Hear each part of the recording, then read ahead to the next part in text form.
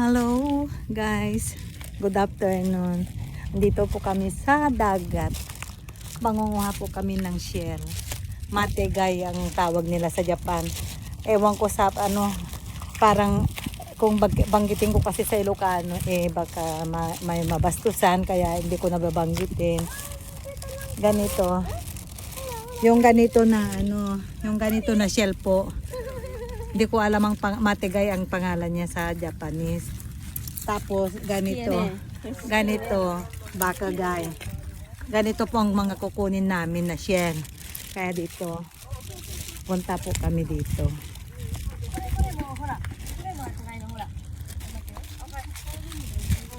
Ganito, magtitingin kami. Ganituhin mo. May mga shell.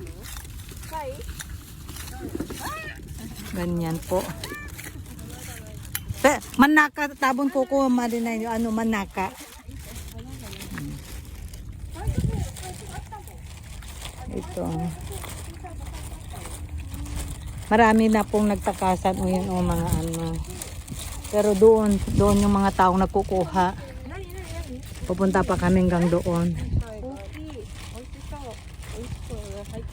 Yan po.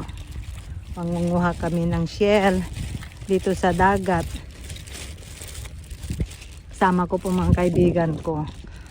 Sinama po ako yan. Ay, nahulog ako.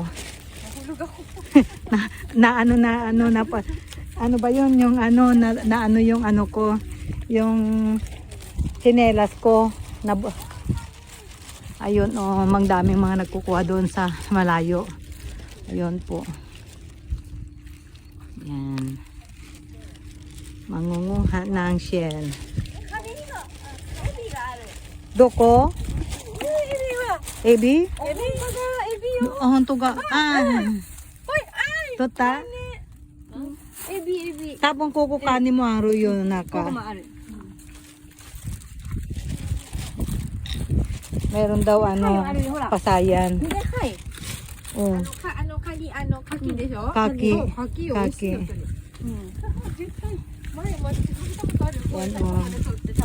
Mga po talaba diyan. Talaba yung mga nandyan. Low tide po siya, kaya yun pumunta po kami mangunguha dito.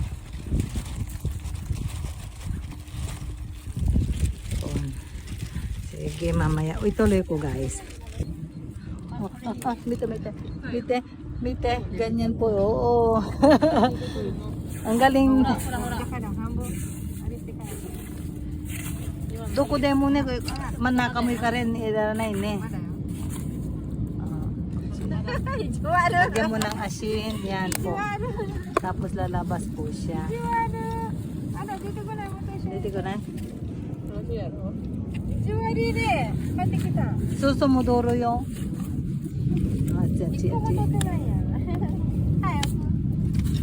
lalabas. Yun lalabas po siya. Yan. Lagyan mo lang po ng asin, lalabas po siya. Yan. Ang ganda. Yan guys, ang aming nakuha na mategay. Mategay po. Ibababad ko po ito ng asin, tubig na may asin. Kasi hindi pa pwedeng kainin. Bukas pa po. Kakainin para pataiin muna. Tapos may nakupang clam na madali. Mga ilang piraso na clam. Yan. Kasi luluto ko yan ng butter with garlic. Delicious. Yan po. Thank you Lord sa blessing.